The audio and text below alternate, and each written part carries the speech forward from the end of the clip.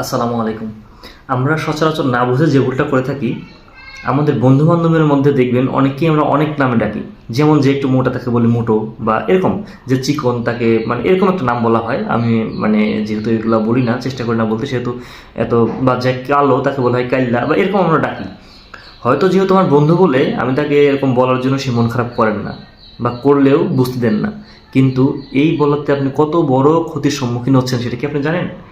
কারণ আল্লাহ সূরা 3-4 আয়াত আল্লাহ বলতেছেন যে মানুষকে আমি তৈরি করেছি, সৃষ্টি করেছি সুন্দর অবয়বে। এখন আল্লাহ মানুষকে সুন্দর অবয়বে সৃষ্টি করতেছেন আর আপনি তাকে নিয়ে কটাক্ষ করতেছেন। আপনি কি মানে অন্তরটা কাঁপে না? মানে বুঝাস না আপনার?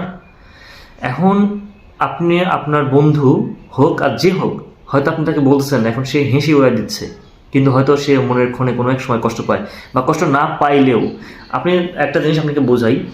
হয়তো আপনি একটা শার্ট বানাইছেন, সে শার্টটা ভালো হয়নি, হয়তো একদিকে খাটো হয়েছে, একদিকে লম্বা হয়েছে, একদিকে মানে বাটনগুলো ঠিক লাগে না, এবার যে কোনো প্রবলেম হয়েছে। এখন যে শার্টটা বানাইছে, এখন এর সামনে যার শার্ট তাকে বলতেছেন তোর শার্টটা কেমন, কুৎসিত হয়েছে, ভালো হয় নাই, এটা ওটা বললেন। শার্ট তার মন খারাপ করবে না হয়তো, বা আপনার বন্ধুও মন খারাপ করলো না, যার শার্টের মালিক সে মন খারাপ করলো না, কিন্তু শার্টটা যে বানাইছে তার মন খারাপ হবে না? অবশ্যই মন খারাপ হবে। সে চিন্তা করবে যে আমাকেই তো বললো, কারণ সে শার্টটা বানাইছে, শার্ট ভালো হয়নি মানে তাকেই বলা হচ্ছে।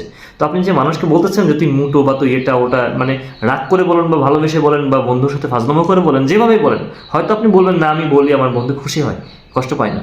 আপনার বন্ধু খুশি হয় মেনে নিলাম, কষ্ট পায় না, কিন্তু এই আপনার বন্ধুকে যে বানাইছে, যে এর মালিক, যে সৃষ্টিকর্তা, সে কি কষ্ট পায় না? কারণ আল্লাহ তো বলতেছেন যে আমি সুন্দরভাবে অবয়বে তৈরি করেছি মানুষকে। এরপর আপনি কেন কটাক্ষ করতেছেন? আমার মনে হয় শুধরে যাওয়া উচিত, যদি আপনার আকল থাকে।